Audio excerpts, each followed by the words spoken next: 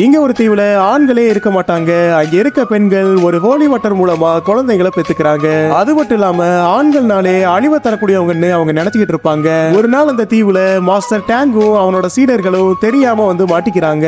அந்த தீவுல இருந்தவங்க அவங்களை அரெஸ்ட் பண்ணி கொல்றதுக்காக அடைச்சு வச்சிடறாங்க. அன்னைக்கு நைட் அவங்க தப்பிக்கிறதுக்காக ட்ரை பண்றாங்க. ஆனா அதுக்கப்புறம் தான் தெரியுது அந்த தீவே ஒரு ஷீல்டால பாதுகாக்கப்பட்டிருக்கு. சோ திரும்பி வந்தவங்க மறுபடியும் அவங்க கிட்டே மாட்டிக்கிறாங்க.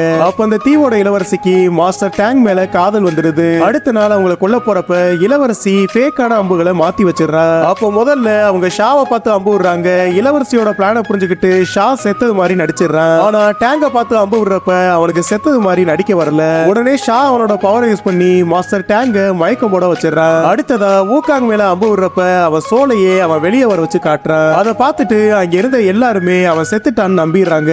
அதுக்கப்புறமா பாஜியும் நடிக்கிறக்கா ரெடி ஆகுறான். பார்த்தா அவனுக்கு மட்டும் நிறைய அம்புகள் இருக்கு. ஒரு டிவைஸ கொண்டு வந்துடுறாங்க. அந்த டிவைஸ வச்சு அவனை ஷூட் பண்ணி சாதா பண்ணியா இருந்தவனை முள்ளம் பண்ணியா மாத்திடுறாங்க. லக்கிலி பாஜிக்கு சாதா வர இருக்கும். சோ தண்டனை முடிஞ்சதுமே இளவரசி அவங்க 4 பேரையும் காப்பாத்திடுறா.